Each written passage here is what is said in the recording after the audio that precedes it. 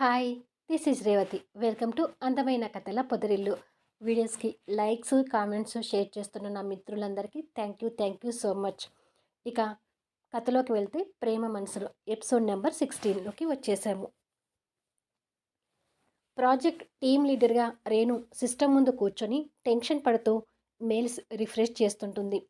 రేణు కూర్చున్న సిస్టమ్కి కాస్త దూరంలో అశోక్, రఘు, మిగతా స్టాఫ్ కూడా ఉత్కంఠంతో అక్కడే నిలబడి ఎదురు చూస్తుంటారు. వాళ్ళతో పాటు ఉన్న లాస్య మాత్రం ఆనందపడుతూ ప్రాజెక్ట్ ఫెయిల్ అయిందని గుడ్ న్యూస్ వినడానికి ఇంకెంతసేపు వెయిట్ చేయాలి, త్వరగా ఆ గుడ్ న్యూస్ వస్తే మావయ్యకి చెప్పొచ్చు అని మనసులో అనుకుంటూ ఎదురు చూస్తుంటుంది. కొద్దిసేపటికి రెయిన్ మెయిల్స్ని రిఫ్రెష్ చేస్తుండగానే ప్రాజెక్ట్ గురించి మెయిల్ వస్తుంది. మెయిల్ వచ్చింది బాస్ అని రేణు చెప్పేసరికి అందరిలోనూ ఉత్కంఠం మరింత పెరుగుతుంది. రేణు టెన్షన్ పడుతూనే మెయిల్ ఓపెన్ చేస్తుంది. ఆ మెయిల్ చూడగానే రేణు ముఖ కవలికలు మారిపోతూ ఆశ్చర్యపోతుంటుంది. అశోక్ టెన్షన్ పడుతూ ఏమైంది రేణు అంటాడు. ఆ ఆశ్చర్యంలోనే రేణు నిదానంగా లేచి అశోక్కి ఎదురుగా వచ్చి నిలబడుతుంది. చెప్పు రేణు, ఏమైంది అంటాడు అశోక్. లాస్య మనసులో ఆనందపడుతూ ఇంకేం చెప్తుంది, ప్రాజెక్ట్ ఫెయిల్ అయిందని దాని మొహం చూస్తే అర్థం కావట్లా అని అనుకుంటుంది. అశోక్ టెన్షన్ తట్టుకోలేక రేణు రెండు భుజాలు పట్టుకొని ఊపుతూ నిన్నే రేణు, ఏమైందో చెప్పు అంటాడు. రేణు సంతోషపడుతూ నవ్వుతూ ఎస్, మన ప్రాజెక్ట్ సక్సెస్ అయింది అశోక్ అంటుంది. ఆ మాటతో అశోక్తో పాటు అందరిలోనూ సంతోషం కనిపిస్తుంది. లాస్య మాత్రం షాకింగ్లో ఉంటుంది. అశోక్ ఆనందపడుతూ నువ్వు చెప్పింది నిజమే కదా రేణు అంటాడు తన భుజాల్ని అలాగే పట్టుకొని. నిజమే అశోక్, ఈ సంతోషం తట్టుకోలేకపోతున్నాను. ఇది ఎలా బయట పెట్టాలి అని చుట్టూ ఉన్న వాతావరణం కూడా మర్చిపోయి అశోక్ని పట్టుకొని బుగ్గ మీద గట్టిగా ముద్దు పెడుతుంటుంది. రఘుతో సహా అందరూ అది చూసి ఆనందంతో ఆశ్చర్యపోతూ చూస్తుంటారు. అసలే ప్రాజెక్ట్ సక్సెస్ అయినందుకు షాకింగ్లో ఉన్న లాస్యకి ఇప్పుడు వాళ్ళని చూస్తుంటే పుండు మీద కారం చల్లినట్టుగా ఉంటుంది. అశోక్ రేణు చేస్తున్న పనికి ఆనందంతో షాక్ అవుతూ ఏం చేస్తున్నావు రేణు, ఇది ఆఫీస్ మర్చిపోయావా, అందరూ మనల్ని చూస్తున్నారు అంటాడు. రేణుకి అప్పుడు వెలిగి అశోక్ను వదిలి ఓ సారీ అశోక్, ఆనందంలో మర్చిపోయాను అని తొందరలో పేరు పెట్టి పిలిచినందుకు తల పట్టుకొని సారీ బాస్ అని స్టాప్ వైపు చూస్తూ సారీ ఫ్రెండ్స్, ఆనందంలో బాస్కి అలా ముద్దు పెట్టేశాను అని అంటుంది. రఘు కూడా రేణు చిలిపితనానికి నవ్వుతుంటాడు. ఎందుకు మేడం సారీ చెప్తున్నారు, బాస్ మీరు లవ్ చేసుకుంటున్నా ఆఫీసులో మీరెప్పుడు అలా కనిపించలేదు. మీరెప్పుడు బాస్ అండ్ ఎంప్లాయ్ లాగే కనిపించేవారు. ఒకసారైనా బాస్ని మిమ్మల్ని ఇలా చూడాలనుకున్నాము, ఈ ఆనందమైన వాతావరణంలో చూశాము అంటారు స్టాఫ్ మెంబర్స్. రఘు రేణు తల మీద చేయి పెట్టి నిమురుతూ లాభం లేదు, వెంటనే మీకు పెళ్లి చేయమని వంశీకి చెప్పాలి అంటాడు. రేణు సిగ్గుతో నవ్వుతుంటుంది. అదంతా చూస్తున్న లాస్యకి మాత్రం బగబగా మండిపోతుంటుంది. అశోక్ సిగ్గుపడుతున్న రేణుని చూసి ముద్దు పెట్టిన బుగ్గని తడుముకుంటూ ఈ దెయ్య రాక్షసి సంతోషం వచ్చినా ఆగదు, బాధ వచ్చినా ఆగదు అని మనసులో అనుకొని అనుకోకుండా తన చూపుని లాస్య వైపుకు తిప్పుతాడు. లాస్య పిడికిలి బిగించి అసలు ప్రాజెక్ట్ సక్సెస్ కావడం ఏంటి, ఇదంతా ఎలా జరిగింది అని మనసులో అనుకుంటూ ఉండగా లాస్య పరిస్థితి అశోక్ అర్థమై స్టాఫ్ని చూసి ఓకే మై డియర్ స్టాఫ్, ఈ ప్రాజెక్ట్ సక్సెస్ కావడానికి మీ అందరి కృషి కూడా ఉంది. Thank you so much. Project success అయిన సందర్భంగా మరో 8 నెలలు ఇవ్వాల్సిన మీ ఇంక్రిమెంట్ ఈ మంత్ నుండి ఇస్తూ 2 మంత్స్ బోనస్ కూడా అనౌన్స్ చేస్తున్నాను అంటాడు. ఆ మాటతో స్టాఫ్ అందరూ సంతోషపడుతూ థ్యాంక్ యూ బాస్ అని చెప్తారు. రఘు, రేణు కూడా అశోక్ మాటలకు సంతోషపడుతుంటారు. తిరిగి అశోక్ స్టాఫ్తో మాట్లాడుతూ ఇట్స్ ఓకే, మీరు మీ సీట్లోకి వెళ్ళండి అంటాడు. కొన్ని క్షణాలకి స్టాఫ్ అందరూ సంతోషంగా వెళ్ళిపోతారు. లాస్య మనసులో మాట్లాడుకుంటూ నేనిప్పుడు ఇలా ఉండకూడదు, పైకి నవ్వుతూ నటించాలి అని అశోక్కి షేక్ హ్యాండ్ ఇస్తూ కంగ్రాచులేషన్స్ బాస్ అంటుంది. అప్పటి వరకు సంతోషంతో ఉన్న రేణు, రఘు లాస్య వైపు కోపంగా చూస్తుంటారు. అశోక్ లాస్య చేయి వైపు కోపంగా చూస్తూ ఆ చెయ్యిని పక్కకు నెట్టి ఆఫీస్లో చీడపురుగులన్నీ వేరేశాను, కానీ ఒక పెద్ద చీడపురుగు మాత్రం అలాగే ఉందని మొదట్నుంచి అనుమానిస్తూనే ఉన్నాను. నా అనుమానం నిజమైంది అంటాడు. ఆ మాటకి లాస్య తత్తరబిత్తరవుతూ మీరేం మాట్లాడుతున్నారో నాకు అర్థం కావడం లేదు, చీడపురుగేంటి బాస్ అని అడుగుతుంది. రేణు తన వైపు కోపంగా చూస్తూ ఆహా, ఏమి ఎరగనట్టు ఏమి నటిస్తున్నావే? మేము నీ విషయంలో అలర్ట్‌గా ఉండబట్టి సరిపోయింది కానీ, లేకపోతే నీ వల్ల ఈ కంపెనీకి ఎన్ని కోట్ల నష్టం వచ్చేదో తెలుసా? నిన్ను చూస్తుంటే ఇక్కడికిక్కడే చీల్చి చంపేయాలనిపిస్తుంది అని తిడుతుంది. అశోక్ మధ్యలో కలుగజేసుకొని నువ్వాగు రేణు అని లాస్య వైపు చూస్తూ కావాలనే రేణుతో పాటు నిన్ను కూడా ఈ ప్రాజెక్ట్ లీడర్‌గా ఇన్వాల్వ్ చేశాను.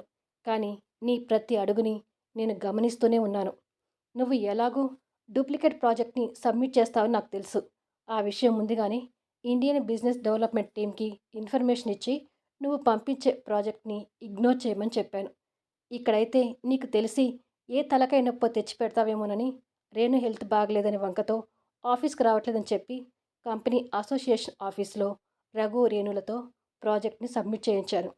మా అదృష్టం బాగుండి ప్రాజెక్ట్ సక్సెస్ అయింది. ఇప్పుడు చెప్పు నువ్వు కూడా ఆ చక్రవర్తి గారు పెట్టిన సీక్రెట్ ఏజెంట్‌వే కదా అని అడుగుతాడు అశోక్. లాస్య ఇక తప్పక తల వంచుకొని అవును అంటుంది. రఘు కోపంగా లాస్య వైపు చూస్తూ ఇంకెందుకు సార్ మాటలతో టైం వేస్ట్ చేస్తున్నారు. వెంటనే పోలీసులకు ఇన్ఫార్మ్ చేద్దాం. వాళ్ళు వచ్చి తనని మర్యాద చేస్తూ తీసుకెళ్తారు అంటాడు. లాస్య భయపడుతూ పోలీసులుగా వద్దు ప్లీజ్ అంటూ రిక్వెస్ట్ చేస్తుంది. సార్ తను అలాగే అంటుంది. మనం ఏ కాస్త అజాగ్రత్తగా ఉన్నా తన వల్ల కోట్లు నష్టం వచ్చేది. ఇలాంటివి మళ్ళీ జరగకుండా ఉండాలంటే ముందు తనని పోలీసులకు అప్పచెప్దాం అంటాడు రఘు. లాస్య భయపడుతూ ప్లీజ్ బాస్ నన్ను పోలీసులకు అప్పచెప్తే మా మావయ్య పరువు పోతుంది అని అంటుంది. మీ మావయ్య? మీ మావయ్య ఎవరు అంటాడు రఘు ఆశ్చర్యంగా. లాస్య చెప్పకుండా తలదించుకుంటుంది. అశోక్ కోపంగా చూస్తూ అడిగేది నిన్నే, మీ మావయ్య అంటే ఎవరు అంటూ గట్టిగా నిలదీస్తాడు. అశోక్ అలా అడిగేసరికి భయపడుతూ చక్రవర్తి గారు మా మావయ్య, నేను చక్రవర్తి గారికి మేనకోడల్ని అంటుంది. ఆ మాట వినగానే ఆశ్చర్యపోవటం ఆ ముగ్గురి వంతు అవుతుంది. రఘు ఇంకా కోపం తెచ్చుకుంటూ పోలీసులు కంప్లైంట్ ఇస్తే నీ సంగతి మీ మావయ్య సంగతి వాళ్ళే చూసుకుంటారు అని జేబులో నుంచి ఫోన్ తీస్తూ పోలీసులకి ఫోన్ చేయడానికి పక్కకు వెళ్తాడు. లాస్య భయపడుతూ పోలీసులకి కంప్లైంట్ ఇవ్వద్దని మీరైనా చెప్పండి బాస్ అని అశోక్ని రిక్వెస్ట్ చేస్తుంది. రేణుకి ఆ టైంలో లాస్యని చూస్తుంటే జాలి వేసి రఘు దగ్గరికి వెళ్ళి పోలీసుల వరకు వద్దులే అన్నయ్య, తనని వదిలే అని రఘు ఫోన్ చేయకుండా ఆపుతుంది. అది కాదమ్మా, తన మీద నమ్మకం పెట్టుకుని ఉంటే మన కంపెనీకి ఎంత నష్టం వచ్చి ఉండేదో తెలుసా అంటాడు రఘు. అశోక్ కూడా అక్కడికి వచ్చి పెళ్ళి కావాల్సిన ఒక అమ్మాయిని పోలీసులు కేసులను తిప్పించడం మంచిది కాదు రఘు. పైగా తను చక్రవర్తి గారి మేనగొడలు. మీడియాకు తెలిస్తే రచ్చ చేస్తారు. అది ఆ కుటుంబానికి ఈ అమ్మాయికి అంత మంచిది కాదు. వదిలేస్తే తన దారిన తను వెళ్తుంది అంటాడు. ఇక రఘు ఏం మాట్లాడలేక మౌనంగా ఉంటాడు. తిరిగి ముగ్గురు కలిసి లాస్య దగ్గరికి వస్తారు. రఘు కోపంగా చూస్తూ మీ పప్పులు ఉడకలేదని వెళ్ళి మీ మామయ్యకి చెప్పు. తట్ట బుట్ట సర్దుకొని మర్యాదగా ఇక్కడి నుంచి వెళ్ళిపో అంటాడు. లాస్య ఏడుస్తూ తన సీట్ దగ్గరకు వెళ్ళి హ్యాండ్ బ్యాగ్ తీసుకుంటూ కాస్త దూరంగా ఉన్న రేణుని అశోక్ని చూస్తూ ఈ ప్రాజెక్ట్ సక్సెస్ అయినందుకన్నా బాస్ని వదిలిపెట్టి వెళ్తున్నందుకే బాధగా ఉంది అని కన్నీళ్ళు తుడుచుకొని రేణు నాకు మళ్ళీ అవకాశం వస్తుందనుకుంటున్నాను. అప్పుడు బాస్ నుంచి నిన్ను విడదీసి బాస్ని నా సొంతం చేసుకుంటాను.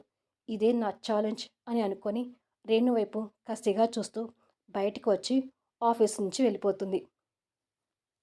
కొద్దిసేపటికి రేణు తన ఛాంబర్లోకి వచ్చి హమ్మయ్య లాస్య ఆఫీస్ నుంచి వెళ్ళిపోయింది. ఇక అశోక్ గురించి నాకు ఏ టెన్షన్ లేదు అని ఆనందంతో డ్యాన్స్ చేస్తుంటుంది. అలా డ్యాన్స్ వేసి వేసి పక్కకు చూస్తుంది. అప్పటికే అశోక్ చేతులు కట్టుకొని తనని సీరియస్గా చూస్తుంటాడు. రేణు ఆశ్చర్యపోతూ మీరెప్పుడొచ్చారు బాస్ అంటుంది. నువ్వు పిచ్చి పిచ్చిగా ఎగరటం మొదలుపెట్టినప్పుడే వచ్చాను. ఇది ఆఫీస్ అనుకున్నావా, నీ రూమ్ అనుకున్నావా అంటాడు బాగా సీరియస్గా చూస్తూ. రేణు బిక్కమొహం వేసుకొని సారీ బాస్, లాస్య ఆఫీస్ నుంచి వెళ్ళిపోయిందని అని అంటుండగా ఆ ఏంటి అంటాడు అంతే సీరియస్గా. రేణు మాట మార్చుకుంటూ అదే బాస్, ప్రాజెక్టు వచ్చిన సంతోషంతో డ్యాన్స్ చేస్తున్నాను అంటుంది.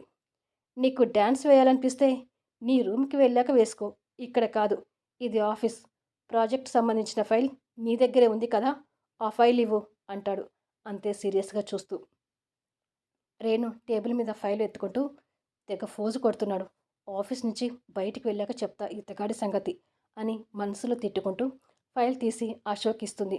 అశోక్ ఆ ఫైల్ చూస్తూ, ఫైల్ ఏంటి ఇలా నలిగిపోయింది?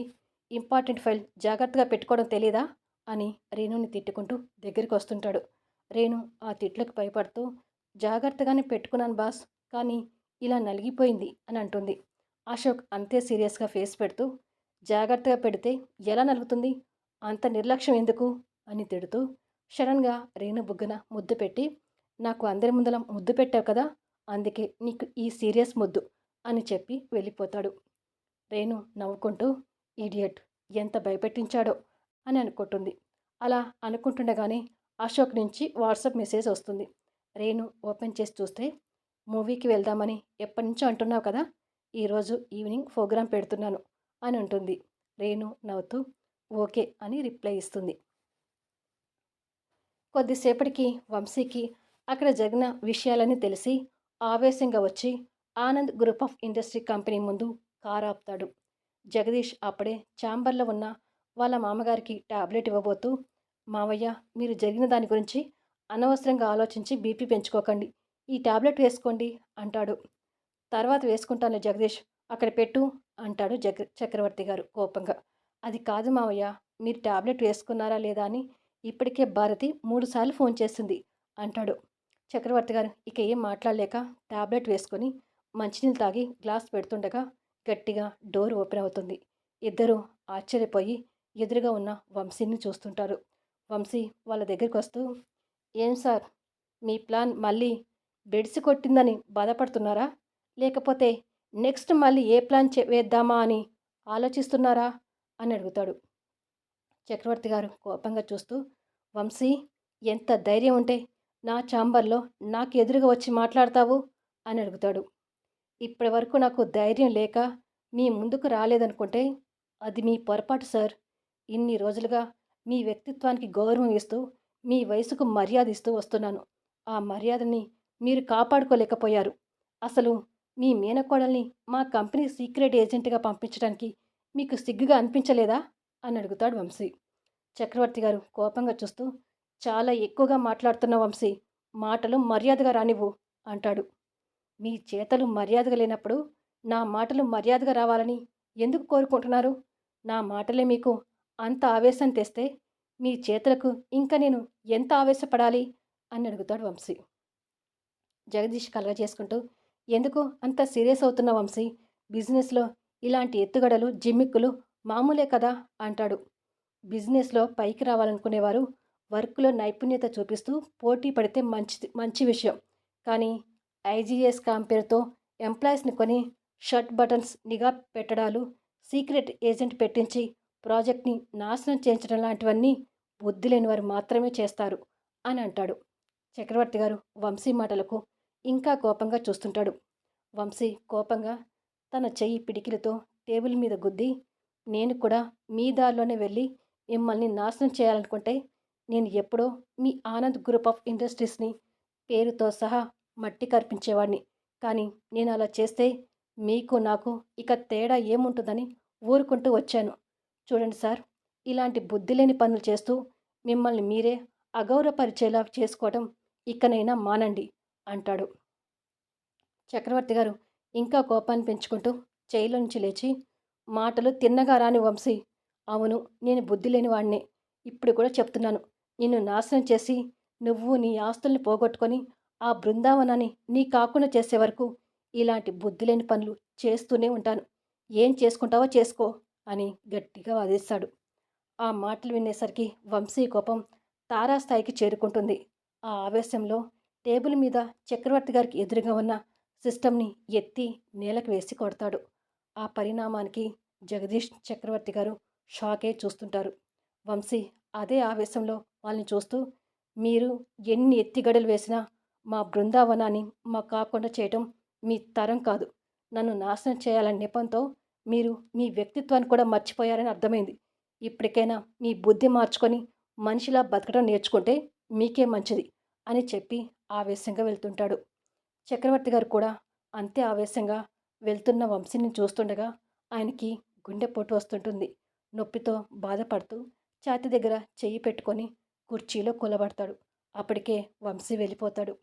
గుండె నొప్పితో కూలబడిన చక్రవర్తిని గారిని చూసి జగదీష్ కంగారు పడుతూ మావయ్య ఏమైంది అంటూ ఆయన పరిస్థితికి భయపడి అంబులెన్స్కి ఫోన్ చేస్తుంటాడు. ఇదండి ఈ ఎపిసోడ్. ఈ ఎపిసోడ్ మీద మీ కామెంట్స్ తెలియచేయండి. అలాగే లైక్స్ ఇవ్వడం మాత్రం అస్సలు మిస్ కావద్దు. మళ్ళీ నెక్స్ట్ ఎపిసోడ్లో కలుద్దాం.